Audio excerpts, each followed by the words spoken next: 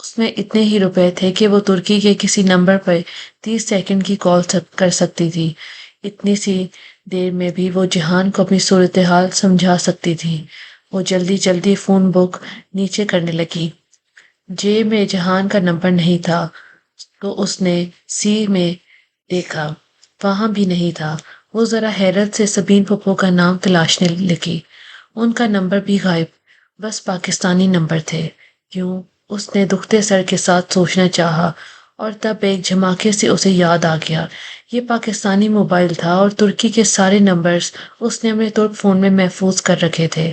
اب وہ گھر فون کر کے اپنے اغوا کا نہیں بتا سکتی تھی، اور نہ اتنا بیلنس تھا کہ وہ انہیں فون کر کے جہان کا نمبر لے لی۔ 30 سیکنڈ کی کال اسے ضائع نہیں کرنی تھی۔ اس نے آنکھیں بند کر کے سر دیوار سے لگا دیا۔ وہ سوچنا چاہتی تھی، فرار کا کوئی راستہ، مدد کی کوئی صورت، اور تبھی اس نے لکڑی کی اس دیوار کے پار وہ آوازیں سنی۔ عربی میں تیز تیز بولتا ایک آدمی جیسے دور سے چلتا ہوا اسی طرف آ رہا تھا۔ پاشا تمہیں جان سے مار دے گا اگر اسے علم ہوا کہ تم اس کی لڑکی اٹھا لائے ہو۔ یہ بحری جہاز روانہ ہو جائے، پھر میں یہاں سے بہت دور چلا جاؤں گا، جہاں پاشا کے فرشتے بھی نہیں پہنچ سکتے۔ دوسری آواز ذرا جھنجھلائی ہوئی تھی۔ وہ دونوں اس دیوار کے پیچھے باتیں کر رہے تھے۔ تم امید کرو، اور تم اچھی امید کرو، کیونکہ اگر پاشا کو آوازیں دور جا رہی تھی۔ اب وہ مبہم ہو گئی تھی۔ اس نے ان کو باتوں پہ غور کرنا چاہا۔ وہ پاشا کا ذکر کر رہے تھے، کچھ ایسا جو اس کے علم میں نہیں تھا، بحری جہاز کی روانگی اور پاشا کی لا علمی۔ تو کیا پاشا کے کہنے پر اغوا نہیں کی گئی تھی؟ وہ کتنی ہی دیر اپنے درد کرتے سر کے ساتھ سوچنے کی کوشش کرتی رہی، مگر کچھ سمجھ نہیں آ رہا تھا۔ اس نے ہاتھ میں پکڑے فون کو دیکھا۔ اس فون میں ترکی کا ایک ہی نمبر تھا۔ جب وہ ریسٹورنٹ میں اپنا ترک موبائل چھوڑ کر گئی تھی تو اسے اسی پاکستانی فون پہ پاشا نے کال کیا تھا۔ اس نے وہ نمبر محفوظ نہیں کیا تھا، مگر وہ کال لاگ میں پڑا تھا۔ اس نے کپ کپاتی انگلیوں سے لاک کھولا۔ وہ خالی تھا۔ صرف ایک کال تھی جو ترکی آتے ہی ابا نے اس نمبر پہ کی تھی، باقی لاگ ارم نے مٹا دیا تھا۔ اس کا سر گھومنے لگا۔ ہر طرف اندھیرا تھا، ہر راستہ مسدود، ہر دروازہ بند۔ وہ 30 سیکنڈ کی کال کس کو کرے؟ سارے ایمرجنسی نمبرز ترک فون میں تھے، اور ترکی کے دوسرے نمبر اسے زبانی یاد نہیں تھے۔ فون نمبر حیا سلیمان کو کبھی زبانی یاد نہیں رہتے تھے۔ بوجھ پھر اس پہ لڑکنے لگا۔ اس نے موبائل کی روشنی اس پہ ڈالی اور ایک دم بالکل شل رہ گئی۔ وہ لمبے سنہری بالوں والی ایک لڑکی تھی جو اس پر گری تھی۔ اس کے منہ اور کندھے سے خون نکل رہا تھا۔ بغیر آستین کی قمیص سے جھلکتے اس کے سنہری بازو پہ کچھ لکھا تھا۔ اس نے پھٹی پھٹی آنکھوں سے اسے دیکھتے ہوئے اس کے بازو پہ موبائل کی روشنی کی۔ وہاں سیاہ رنگ سے انگریزی میں لکھا تھا، نتاشا۔ نتاشا شاید اس کا نام تھا، اور وہ اس کے نام پر ایک بدصورت سا ٹیٹو تھا، یا جلا ہوا کوئی داغ۔ اس نے موبائل کی روشنی ادھر ادھر دوڑائی۔ اس چھوٹے سے ڈربے میں ہر طرف لڑکیاں تھیں، ایک دوسرے کے اوپر گری ہوئی، بے ہوش بے ست پڑی۔ کسی کے چہرے پہ نیل تھے تو کسی کے بازوں پہ خراشے یا جمع ہوا خون تھا۔ خون کی بو اور سر میں اٹھتا شدید درد۔ اس کا جی ایک دم سے متلانے لگا تھا۔ اسے محسوس ہوا وہ پھر سے ہوش کھو دے گی۔ اپنے ناکارہ فون کو کھلے کلچ میں ڈالتے ہوئے اس کی نگاہ اندر پڑے کارڈ پہ پڑی۔ اس نے جلدی سے وہ کارڈ نکالا، اتصالات کا کالنگ کارڈ جو انہوں نے ابو ظہبی میں خریدا تھا، مگر اب وہ بیکار تھا۔ اس نے اندر انگلیاں ڈال کر ٹٹولا اور پھر یہ طے شدہ کارڈ نکالا۔ کارڈ کو سیدھا کر کے اس نے گھٹنے پہ رکھا اور موبائل کی روشنی اس پہ ڈالی۔ آف وائٹ کارڈ پہ لکھے سیاہ الفاظ روشن ہوئے، شیخ عثمان شبیر۔ نیچے ترکی کے 3 نمبرز لکھے تھے، آفس، گھر اور موبائل کا۔ اس کا دل نئی امید سے دھڑکنے لگا۔ اسے ایکسٹینشن یاد نہیں آ رہی تھی، کوئی تاریخ تھی، کوئی نشان، کوئی مشہور واقعہ۔ اس نے آنکھیں بند کر کے یاد کرنے کی کوشش کی۔ اسے یہ 30 سیکنڈ کی کال ضائع نہیں کرنی تھی، مگر اسے یاد نہیں آ رہا تھا۔ سر میں اٹھتا درد اب ناقابل برداشت ہوتا جا رہا تھا۔ اس نے آنکھیں کھول کر دوبارہ کارڈ کو دیکھا اور کچھ سوچ کر موبائل نمبر ملایا اور فون کان سے لگایا۔ ترک میں ریکارڈنگ چلنے لگی تھی، جس کا مطلب یہ تھا کہ فون بند ہے۔ اس نے ڈوبتے دل کے ساتھ گھر کا نمبر ملایا۔ گھنٹی جا رہی تھی، وہ بے چینی سے لب کاٹتی سننے لگی۔ اس کی امید کا دیا بار بار جلتا بجھتا جا رہا تھا۔ بند کمرے میں خون کی عجیب سی بو پھیلی تھی۔ اس نے سانس لینا دشوار ہو رہا تھا۔ دوسری جانب گھنٹی ابھی تک جا رہی تھی۔ پلیز اللہ تعالیٰ پلیز، اس کی آنکھوں سے آنسو گرنے لگے۔ السلام علیکم۔ اسی لمحے فون اٹھا لیا گیا۔ کون؟ عثمان انکل؟ وہ تیزی سے بولی۔ نہیں، میں ان کا بیٹا سفیر۔ وہ جو بھی تھا ذرا چونکا۔ میں حیا بول رہی ہوں، حیا سلیمان۔ میں عثمان انکل کے ساتھ آئی تھی، Etihad airlines, Sabanci university, exchange student. وقت کم تھا اور اسے تعارف میں ضائع نہیں کر سکتی تھی۔ کیا ہوا؟ آپ ٹھیک تو ہیں؟ نہیں، مجھے ان لوگوں نے اغوا کر لیا ہے۔ یہاں پر کوئی کمرہ ہے، میں اس میں بند ہوں۔ یہاں 6-7 اور لڑکیاں بھی ہیں۔ پلیز کسی سے کہیں میری مدد کرے۔ وہ تیز تیز بولتی گئی۔ ایک منٹ، مجھے بتائیں آپ کس جگہ پر ہیں؟ کوئی آئیڈیا ہے آپ کو؟ کسی کھڑکی وغیرہ سے باہر دیکھ سکتی ہیں؟ ہاں، یہاں باہر سمندر ہے، مجھے ایک فیری نظر آ رہی ہے، اور ادھر پل ہے۔ بوسفورس برج؟ نہیں، یہ رابطہ کٹ گیا۔ اس نے بوکھلا کر اسکرین کو دیکھا اور پھر اس باریک در سے جھلکتے منظر کو۔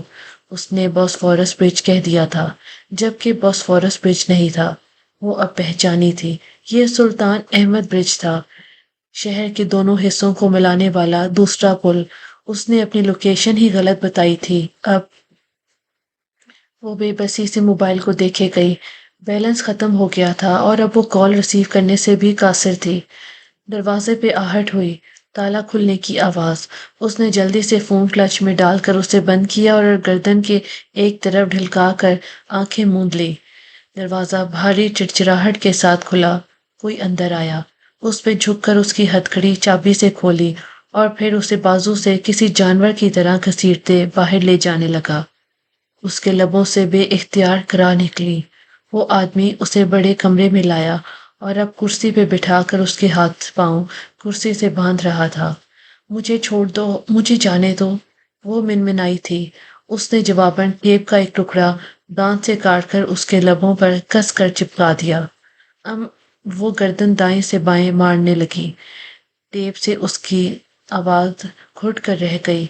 وہ توجہ دیے بنا لمبے لمبے ڈگ بھرتا باہر چلا گیا۔ اس نے نگاہیں پورے کمرے پہ دوڑائی۔ وہ بڑا سا کمرہ تھا، ایک طرف بڑا صوفہ رکھا تھا اور دوسری طرف آتش دان، جس کے پاس وہ کرسی پہ سے جکڑی تھی۔ آتش دان میں آگ بھڑک رہی تھی، ہراکلیتس کے دائمی آگ۔ ساتھ ہی لوہے کی چند سلاخیں پڑی الاؤ میں دہک رہی تھی۔ ان کے سرے پہ انگریزی کے مختلف حروف لکھے تھے اور وہ حروف دہک دہک کر سرخ انگارے بن چکے تھے۔ آتش دان کی ایک طرف ایک چھوٹی انگیٹھی رکھی تھی، اس میں جلتے انگاروں پر ایک برتن میں شہد کی طرح کا گاڑھا سا مائع ابل رہا تھا۔ اس کی بو سارے کمرے میں پھیلی تھی، شہد سے زیادہ بھورا مائع، وہ شاید ویکس تھی۔ اس نے گردن گرا دی، اس کی ہمت ختم ہوتی جا رہی تھی۔ وہ اب بہت دیر سے اس کمرے میں تنہا پڑی تھی اور یہاں سے نکلنے کا کوئی راستہ نہیں تھا۔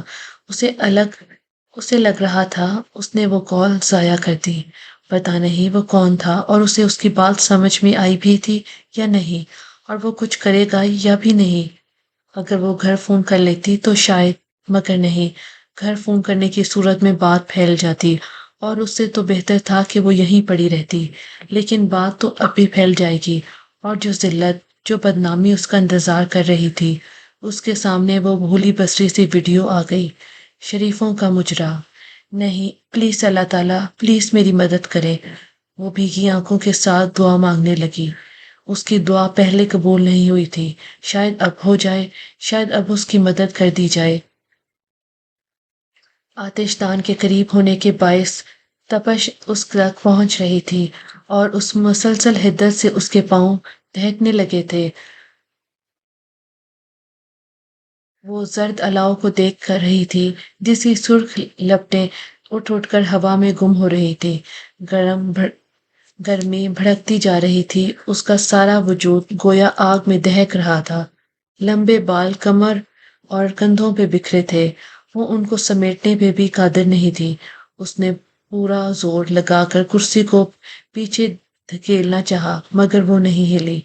پسینے کی چند بوندیں اس کی گردن اور پیشانی پہ چمک رہی تھی۔ دفتن دروازہ کھلا، اس نے گردن موڑ کر دیکھا۔ وہ ایک پستہ قد چینی نقوش کا حامل شخص تھا۔ اس کے ہاتھ میں ایک چھوٹا بیگ تھا جسے اس نے کمرے میں داخل ہوتے ہی میز پہ رکھا، مگر اس کی طرف آیا اور ایک ہاتھ سے کرسی کا رخ اپنی جانب موڑا اور ہاتھ سے ڈک ٹیپ کا کنارہ پکڑ کر کھینچ کر اتارا۔ آہا نتاشا! وہ قریب سے دیکھنے پر کوئی روسی لگتا تھا۔ میں نتاشا نہیں ہوں، پلیز مجھے جانے دو۔ ایک امید سی بندھی کہ اسے وہ کسی اور کے دھوکے میں پکڑ لائے تھے۔ Now you are Natasha, English English, all right all right. وہ اسباد میں سر ہلا کر مسکراتا ہوا انگیٹھی کی طرف بڑھ گیا۔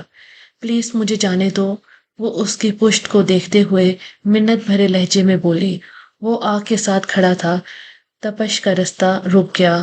ذرا سا پور country, tourist girl, poor people. وہ نفی میں سر ہلا کر ایک سلاخ اٹھائے اسے الٹ پلٹ کر دیکھ رہا تھا۔ میرا باپ امیر آدمی ہے، وہ تمہیں تاوان کی رقم دے دے گا۔ سو نتاشا، یو وانٹ انگلش نیم؟ وہ ٹوٹی پھوٹی انگریزی میں کہتا اس کی طرف پلٹا۔ وہ جواب دیے بنا یک ٹک اس سلاخ کو دیکھے گئی جس پہ لکھا ایم دہک رہا تھا، یا شاید وہ ڈبلیو تھا۔ وہ سلاخ کیوں دہکا رہا تھا؟ کس لیے؟ ایک خوف سا اس کے اندر سر اٹھانے لگا۔ اسے بے اختیار اس کمرے میں بے ست پڑی لڑکی کا بازو یاد آیا۔ وہ ٹیٹو نہیں تھا، وہ لمحے بھر میں جان گئی تھی۔ یو وانٹ انگلش نیم؟ وہ اس کے بالکل سامنے آ کھڑا ہوا تھا۔ نو نو، وہ بے یقینی سے نفی میں سر ہلاتی بڑبڑائی۔ Now this is your name. وہ سلاخ کو دیکھتا لوہا اس کے قریب لایا۔ نہیں نہیں، وہ گردن دائیں بائیں ہلاتی زور سے چلانے لگی۔ وہ اسے اس گرم لوہے سے داغنے لگا تھا۔ اس کا چہرہ خوف و دہشت سے سفید پڑ گیا تھا۔ یور نیم، اس نے جتا کر کہتے سلاخ حیا کے بازو کے قریب کی جہاں فراک کی چھوٹی آستین ختم ہوتی تھی۔ کندھے سے ذرا نیچے وہاں وہ سلاخ قریب لے گیا۔ اسے دہکتے انگارے کی حدت محسوس ہوئی۔ وہ تڑپ کر ادھر ادھر سر مارنے لگی۔ نہیں پلیز نہیں۔ اس لمحے اس نے بہت دل سے دعا کی تھی کہ کوئی آ جائے اور اس پستہ قد روسی سے اسے نجات دلا دے۔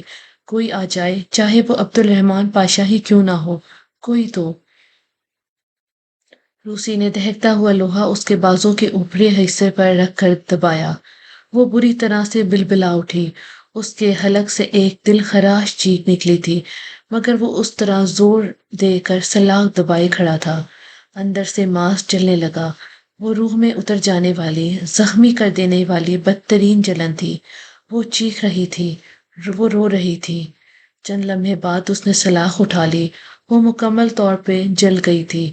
روسی دوبارہ پلٹا اور سلاخ رکھ دی۔ اس کے دائیں بازو کے اوپری حصے پہ سیاہ جلا ہوا حرف لکھا تھا۔ روسی واپس اس کے سامنے آ کھڑا ہوا۔ حیا نے متورم سرخ نگاہیں اٹھا کر اسے دیکھا اور دہل کر رہ گئی۔ اس کے ہاتھ میں دوسری سلاخ تھی جس پہ ایچ او لکھا تھا اور اوپر تلے لکھے دونوں حروف انگارہ بن چکے تھے۔ نہیں، تمہیں اللہ کا واسطہ نہیں۔ وہ وحشت سے تڑپتی خود کو پیچھے دھکیلنے لگی، مگر رسیوں نے اسے اتنی مضبوطی سے جکڑ رکھا تھا کہ وہ ہل بھی نہیں پائی۔ نہیں، وہ خوف سے چلا رہی تھی۔ وہ مسکراتے ہوئے آگے بڑھا۔ سیاہ داغے گئے حرف تلے سلاخ گاڑی دی۔ کھولتا ہوا گرم درد، دہکتے انگارے، آگ اس کی تکلیف آخری حد کو چھونے لگی۔ وہ درد سے گھٹی گھٹی سی چیخ رہی تھی۔ اسے لگا وہ اس تکلیف میں مرنے والی ہے۔ وہ جسم کے اندر تک گھس کر جلا دینے والا درد تھا۔ چند لمحوں بعد اس نے سلاخ ہٹائی تو حیا کی گردن بے دم سی ہو کر ایک جانب ڈھلک گئی۔ اس کا تنفس آہستہ آہستہ چل رہا تھا۔ تکلیف سے وہ ہوش کھونے والی تھی۔ اس کا چہرہ آنسوں سے بھیگا تھا، مگر مزید رونے کی سخت وہ خود میں نہیں پاتی تھی۔ روسی اب تیسری سلاخ اٹھا لایا تھا، اس پہ RE لکھا تھا۔ حیا نے تکلیف سے بند ہوتی آنکھوں سے اسے دیکھا، اس میں مزید کچھ کہنے کی سکت نہیں رہی تھی۔ اپنی ساری زندگی فلم کی طرح اس کی نگاہوں کے سامنے گھومنے لگی۔ بچپن کے دن، یادیں، اس کے نانا کا گھر، اس کی نانی اس کے لمبے بالوں میں کنگھی پھیر رہی تھی۔ منظر بدل گیا۔ وہ اور روہیل کار کی پچھلی سیٹ پہ بیٹھے تھے، اسکول بیگ لیے۔ وہ اسکول جا رہے تھے۔ روہیل کچھ بتا رہا تھا اور وہ ہنس رہی تھی۔ پھر اس نے خود کو ابا کی لائبریری میں دیکھا۔ وہ ان کی ایک موٹی سی کتاب کھول رہی تھی جس میں سوکھا پھول رکھا تھا۔ وہ اس نے خود ہی وہاں رکھا تھا۔ اب وہ تایا فرقان کو اپنے عید کے کپڑے ہینگر سے اٹھائے دکھا رہی تھی اور وہ اس کا جوش و خروش اور خوشی دیکھ کر مسکرا رہے تھے۔ روہیل اس کے ساتھ لان میں بھاگ رہا تھا۔ ان کی آگے دو خرگوش دوڑ رہے تھے۔ وہ دوڑ دوڑ کر تھک گئی تھی۔ اس کے لمبے بال خرگوش گھاس پہ دور بھاگتے جا رہے تھے، سفید نرم نرم سے خرگوش۔ روسی نے گرم سلاخ اس کے بازو میں مس کی، ایک کھولن سی اس کے اندر اترتی گئی۔ اگلے ہی پل اس نے کرنٹ کھا کر سلاخ ہٹائی، کہیں فون کی گھنٹی بجی تھی۔ خرگوش غائب ہو گئے۔ درد ہر سلاخ وہ پہلی 2 دفعہ سے کئی گنا زیادہ شدید درد تھا، کیونکہ سلاخ جلدی ہٹانے کے باعث جلد پوری نہیں جلی تھی اور حسیات باقی تھی۔ اسے لگتا تھا کہ اس کی ہمت ختم ہو گئی ہے، مگر وہ پھر سے رو رہی تھی۔ Phone, your phone! آواز کے تعاقب میں وہ آگے بڑھا اور اس کے فراق کی بیلٹ لگا پرس نوچا۔ سیفٹی پن ٹوٹ گئی، کپڑا پھٹ گیا۔ اس نے تیزی سے پرس کھولا اور فون نکالا۔ وہ زور زور سے بج رہا تھا۔ شدید تکلیف میں بھی وہ پہلی بات اس کے ذہن میں آئی تھی وہ یہی تھی کہ اس کا فون رومنگ پہ تھا اور بیلنس ختم۔ پھر فون کیسے بجا؟ روسی کبھی بے یقینی سے اسے دیکھتا، کبھی فون کو۔ پھر اس نے فون کان سے لگایا۔ دوسری طرف سے کچھ کہا گیا، اس پہ اس نے جلدی سے فون بند کیا اور پوری قوت سے اسے دیوار پہ دے مارا۔ فون کی اسکرین چکنا چور ہوتی زمین پہ جا گری۔ You called some one? وہ وحشیوں کی طرح اس پہ جھپٹا اور گردن کے پیچھے سے بال دبوچ کر اس کے چہرے سامنے کیا۔ حیا نے نیم جاں نڈھال آنکھوں سے اس کو دیکھا اور پھر اس کے منہ پہ تھوک دیا۔ وہ بلبلا کر پیچھے ہٹا، اس کے بال چھوڑے اور انگیٹھی پہ دہکتا برتن ہینڈل سے اٹھایا، کھولتی ہوئی ویکس۔ یو بچ! وہ غصے سے مغلظات بکتا اس کے قریب آیا اور برتن اس کے سر پہ اونچا کیا۔ نو! اس کی آنکھیں خوف سے پھیل گئی۔ میرے بال! اس کے لبوں سے بس اتنا ہی نکل پایا تھا کہ روسی نے برتن اس کے سر پہ الٹ دیا۔ گرم کھولتی ہوئی ویکس تیزی سے اس کے بالوں کی مانگ پہ گری اور ہر طرف سے نیچے لڑکنے لگی۔ اس کی دلخراش چیخ نکلی۔ ابلتے مادے نے اس کے سر کی جلد کو گلا دیا تھا۔ بازو کا درد غائب ہو گیا۔ وہ وحشیانہ انداز میں زور زور سے چیخ رہی تھی، اپنے ہاتھ چھڑانے کی کوشش کر رہی تھی اور وہ بھی چیخ رہا تھا، اور تب ہی اس نے زور سے اس کی کرسی کو دھکا دے کر الٹ دیا۔ وہ کرسی سمیٹ اوندھے منہ زمین پہ جا گری، آتش دان کے بالکل قریب۔ کمرے میں دھواں سا بھرنے لگا تھا۔ ویکس اس کے سر پہ جمنے لگا تھا۔ اس کا سر بے حد وزنی ہو گیا تھا، آنکھیں بند ہو رہی تھی، اس کے منہ سے خون نکل رہا تھا، کمرے میں دھواں بڑھتا جا رہا تھا، آتش دان کی آگ کی لپٹیں لپک لپک کر اس کی طرف آ رہی تھی۔ اس نے زمین پہ گرے گال فرش پہ رکھے بند ہوتی آنکھوں سے اس دھندلے منظر کو دیکھا۔ دھوئیں کے اس پار کوئی اس روسی کا سر پکڑ کر دیوار سے مار رہا تھا۔ چیخیں، دھواں، آگ، خون، اس کا پورا جسم آگ میں دہک رہا تھا۔ جو آخری شے اس نے دیکھی وہ اس کا سیاہ فراک کا دامن تھا۔ آگ کی ایک لپیٹ نے اسے چھو لیا تھا۔ اس نے سیاہ کپڑے کو زرد شعلے میں بدلتے دیکھا۔ ہر طرف دھواں تھا اور وہ جانتی تھی کہ وہ مر رہی تھی۔ اس نے سفید خرگوش اس دھوئیں میں غائب ہو رہے تھے۔ وہ جل کر مر رہی تھی۔ ہیراکلیٹس کی دائمی آگ ہر سو پھیل رہی تھی۔ اس نے دھیرے سے آنکھیں کھولی۔ وہ سفید چھت کی نگاہوں کے سامنے تھی جس پہ خوبصورت نقش و نگار بنے تھے۔ درمیان میں ایک قیمتی و نفیس فانوس لٹک رہا تھا۔ اس کا سر ایک نرم گداز تکیے پہ تھا اور مخملے کمبل گردن تک ڈالا تھا۔ اس نے ایک خالی خالی سی نگاہ کمرے پہ دوڑائی، وسیع و عریض۔ ایک طرف دیوار کی کھڑکی کے آگے برابر کیے گئے سفید جالی دار پردے جن سے صبح کی روشنی چھن چھن کر اندر آ رہی تھی۔ اس نے آنکھیں پھر سے موند لی اور ان پہ بازو رکھ لیا۔ ان گزرے دنوں میں سوتی جاگتی کیفیت میں وہ بہت روئی تھی، بہت چلائی تھی۔ یہ کمرہ اس نے دیکھا تھا، وہ ادھر ہی لائی گئی تھی۔ ہاتھ سے لگی ڈرپ اپنے بالوں میں نرمی سے چلتے اس بھوری آنکھوں والی لڑکی، ہاتھ، وہ انجیکشن، نیم بے ہوشی، اسے ٹوٹا ٹوٹا سا سب یاد تھا۔ اور اس ڈوبتی ابھرتی نیند میں بھی وہ جانتی تھی کہ وہ بیو قدا میں ہے، عبد الرحمن پاشا کے سفید محل میں۔ دروازے پہ دھیرے سے دستک ہوئی اور پھر وہ ہلکی سی چرچراہٹ کے ساتھ کھلا۔ قدموں کی نرم سی آواز بیڈ کے قریب آئی۔ اس نے آنکھوں سے بازو نہیں ہٹایا، وہ جانتی تھی کہ یہ کون ہے۔ صبح بخیر، نیند پوری ہو گئی ہے تو اٹھ جاؤ۔ نرم لہجے کے ساتھ اسے سائڈ ٹیبل پہ ٹرے رکھنے کی آواز آئی۔ لیکن نیند اچھی ہے، لیکن زیادتی اگر اچھی چیز کی بھی ہو تو نقصان دہ ہوتی ہے۔ یہ کھیرے کا ہنوز آنکھیں پہ بازو، حیا ہنوز آنکھوں پہ بازو رکھے لیٹی رہی۔ اور یہ عبد الرحمن کی کال ہے، وہ تم سے بات کرنا چاہتا ہے۔ اس نے بازو چہرے سے ہٹایا، سبز اسکارف چہرے کے گرد لپیٹے، نیچے سرمئی اور گلابی پھول دار اسکرٹ پہ لمبا سفید سویٹر پہنے، وہ ہاتھ میں پکڑا کارڈ لیس فون کی جانب بڑھائے ہوئے تھی۔ لو بات کر لو۔ اس کے کم عمر چہرے پہ ایک معصومیت بھری شفافیت تھی، اور اس کی آنکھیں جو رات میں حیا کو بھوری لگی تھی صبح کی روشنی میں سبز لگ رہی تھی۔ وہ دنیا کا سب سے شفاف، سب سے خوبصورت چہرہ تھا۔ مجھے اس سے بات نہیں کرنی، وہ بولی تو اس کی آواز بیٹھی ہوئی تھی۔ وہ بہت چیخنے کے باعث اب گلا جواب دے گیا تھا۔ وہ کہہ رہی ہے اسے تم سے بات نہیں کرنی، اس نے فون کان سے لگا کر نرم لہجے میں انگریزی میں بتایا۔ وہ کہہ رہا ہے ایک دفعہ اس کی بات سن لو، اس سے کہو جو اس نے میرے لیے کیا میں اس کی احسان مند ہوں، شکر گزار ہوں، لیکن اگر اس کے بدلے میں وہ مجھے یوں اذیت دینا چاہتا ہے تو میں ابھی اس وقت کے اس کے گھر سے چلی جاؤں گی۔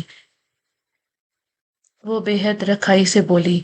عائشہ گل کا چہرہ جواباً ویسا ہی نرم اور شفاف رہا۔ اس نے سن کر فون کان سے لگایا اور ساری بات منوعن انگریزی میں دہرا دی، پھر فون بند کر دیا۔ وہ کہہ رہا ہے کہ وہ انڈیا میں ذرا پھنس گیا ہے، وہ ادھر نہیں آ سکے گا اور آئے گا بھی نہیں اگر تم یہ نہیں چاہتی، اور تم جب تک چاہے ادھر رہ سکتی ہو۔ میں یہاں بیٹھ جاؤں؟ اس نے کارڈلیس میز پہ رکھتے ہوئے،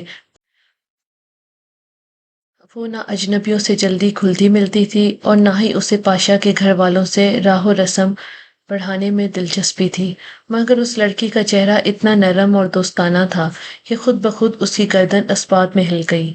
شکریہ، وہ اسی مدھم مسکراہٹ کے ساتھ کہتی، کرسی پہ ٹیک لگا کر بیٹھی، سفید سویٹر میں مقید کوہنیاں کرسی کے دونوں بازوں پہ رکھی اور ہتھیلیوں کو ایک دوسرے میں پھنسائے عادتاً اپنی انگوٹھی انگلی میں گھمانے لگی۔ تمہاری طبیعت کیسی ہے؟ ٹھیک ہے، وہ کوہنی کے بل ذرا سی سیدھی ہو کر بیٹھ گئی تھی۔ تم عبد الرحمن کی طرف سے پریشان مت ہونا، اس نے کہا ہے کہ نہیں آئے گا تو نہیں آئے گا، جو اس نے تمہارے لیے کیا وہ اس کا فرض تھا۔ سفیر کی فیملی سے ہمارے پرانے تعلقات ہیں، جب تم نے سفیر کو فون کیا تو اس نے فوراً عبد الرحمن کو اپروچ کیا، یوں پولیس کی مدد لے کر وہ تمہیں وہاں سے نکال لائے۔ مجھے کس نے اغوا کیا تھا؟ وہ بہت دیر بعد بس اتنا ہی کہہ پائی۔ یہاں بہت سے ایسے گروہ ہیں جو روس، مالدیو اور یوکرین سے لڑکیاں اغوا کر کے یا دھوکے سے ادھر لاتے ہیں۔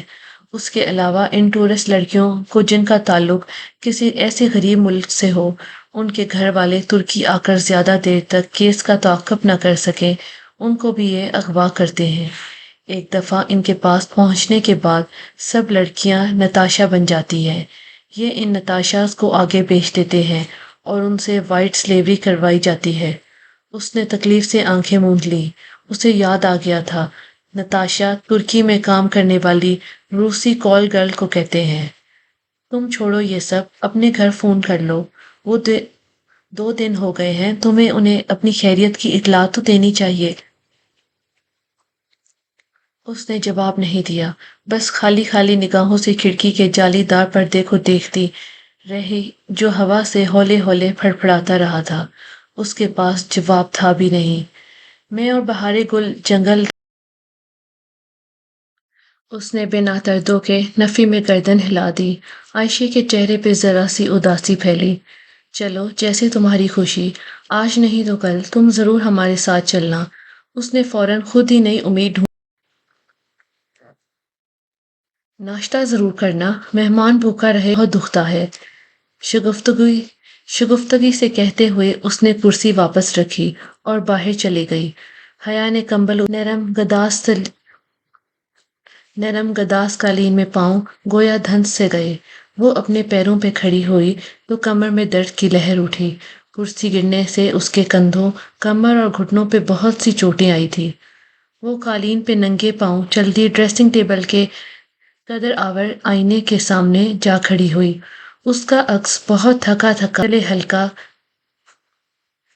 متورم آنکھوں تلے ہلکے، ایک آنکھ کے نیچے گہرا جامنی سا نیل، پیشانی پہ چند خراشیں، ٹھوڑی پہ بڑی سی خراش، ہونڈا ہوا اور اس کی انگلیاں اوپر سے نیچے اپنے بالوں پہ پھیری۔ وہ ایسے ہی تھے، اتنے ہی لمبے، اتنے ہی گھنے۔ اب واپس وہ ریشمی پن جو ہمیشہ ان میں چمکتا تھا اب وہاں نہیں تھا۔ جانے کیسے عائشہ نے وہ ویکس اتاری اور اس کے دوران کتنے بال ٹوٹے وہ نہیں جانتی تھی۔ ویکس دھل گئی مگر جو تکلیف اس نے سہی تھی وہ ایسے نہیں دھل سکتی تھی۔ پولیس یا پاشا کے بندے جو بھی اس وقت دروازہ توڑ کر اندر آئے تھے، انہوں نے اس کے فراق کے دامن کو آگ پکڑتے ہی بجھا دیا تھا، مگر جتنا وہ پستہ قدروسی اسے جلا چکا تھا، حیا کو لگا وہ جلن ساری زندگی تکلیف دیتی رہے گی۔ وہ اس وقت ڈھیلے ڈھالے اسپتال گاؤن میں تھی۔ اس نے دائیں آستین دوسرے ہاتھ سے اوپر کندھے تک اٹھائی۔ بازو کے اوپری حصوں پہ اوپر سے نیچے سیاہ راکھ کی طرح کے لکھے 3 حروف ویسے ہی تھے، ہو۔ باقی کے 2 حروف ری جو کہ داغے ٹھیک سے نہیں گئے تھے اس لیے ان پہ چھالا سا بن گیا تھا۔ چھالا ختم ہونے کے بعد ان کا نشان نہیں رہنا تھا، جو رہ گیا تھا وہ ہو تھا۔ ہو، اس نے زیر لب دہرایا۔ وہ کون تھی؟ کیوں کسی دوسرے کے گھر یوں پڑی تھی؟ وہ بھی ایک ایسے شخص کے جس کی وہ سخت ناپسند کرتی تھی۔ اس کا گھر کال کرنے یا واپس سپانجی جانے کا دل کیوں نہیں چاہ رہا تھا؟ شاید اس لیے کہ اس رات پھوپھو اس کا انتظار کر رہی تھی۔ انہوں نے اس کے نہ آنے پہ ان 2 دنوں میں ہر جگہ پتہ کیا ہوگا اور اب تک پاکستان میں یہ بات پہنچ گئی ہوگی۔ کیا اب وہ کبھی واپس جا سکے گی؟ عزت سے جی سکے گی؟ کسی کو منہ دکھا سکے گی؟ کیا ابا، نایا فرقان اور سائمہ تائی کا سامنا کر سکے گی؟ یا اس نے اپنے ماں باپ کو سارے خاندان میں بے عزت کر دیا تھا؟ کون اس کی دہائی سنے گا کہ وہ بھاگی نہیں تھی، اغوا ہوئی تھی؟ اس کے خاندان کے اور اس کے ملک میں اغوا ہونے والی لڑکی اور گھر سے بھاگنے والی لڑکی میں کوئی فرق نہیں سمجھا جاتا تھا۔ اسے لگا شریفوں کا مجرا بھرے بازار میں چلا دیا گیا تھا۔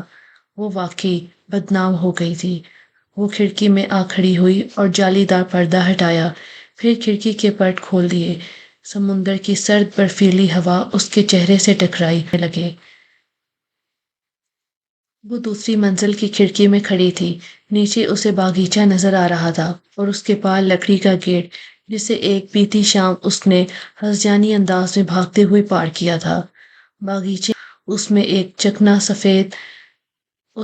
چکنا سفید گھوڑا جتا تھا۔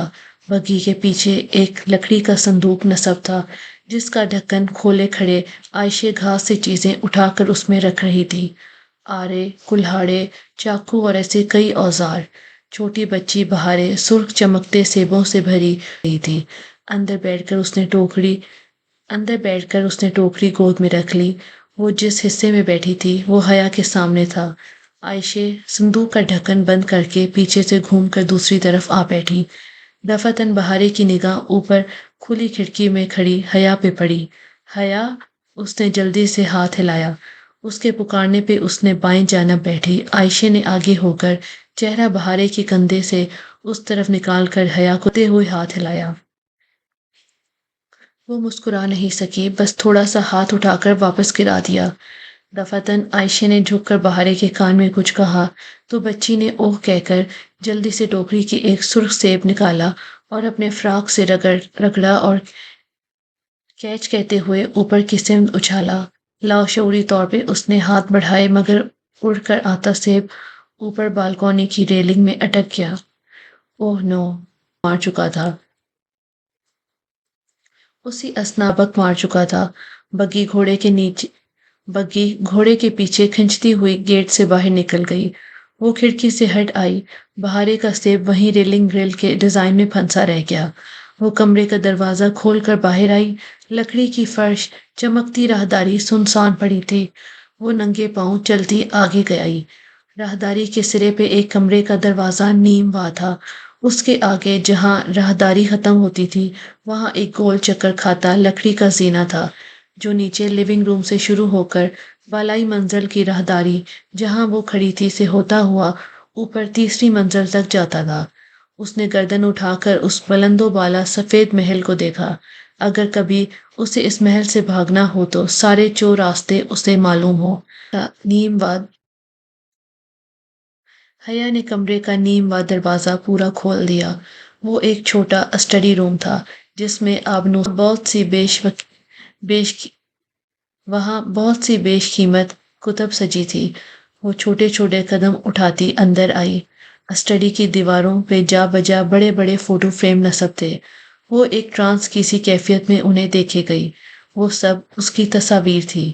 کب لی گئی، کیسے لی گئی وہ نہیں جانتی تھی۔ وہ تو بس مبہوت سی انہیں دیکھ رہی تھی۔ وہ داور بھائی کی مہندی والے روز اپنے گیٹ سے نکل رہی تھی، ایک ہاتھ سے لہنگا ذرا سا اٹھائے دوسرے سے آنکھ کا کنارہ صاف کرتی ہوئی۔ وہ کار کی فرنٹ سیٹ پہ بیٹھی تھی، ریڈ فراک میں ملبوس، بال کانوں کے پیچھے اڑستی، مضطرب سی کچھ کہتی ہوئی۔ داور بھائی کی شادی کی شام البتہ ساتھ فرنٹ تصویر میں نہیں تھا۔ جیبوں میں ہاتھ ڈالے اس نانی وہ سر جھکائے، جیکٹ کی جیبوں میں ہاتھ ڈالے اس نیم سڑک پہ دکانوں کی زرد روشنیوں کا عکس جھلملا رہا تھا، اور بھی بہت سی تصویریں، بہت سے واقعات۔ وہ ایک دم پلٹی اور بھاگتی ہوئی اپنے کمرے میں چلی گئی۔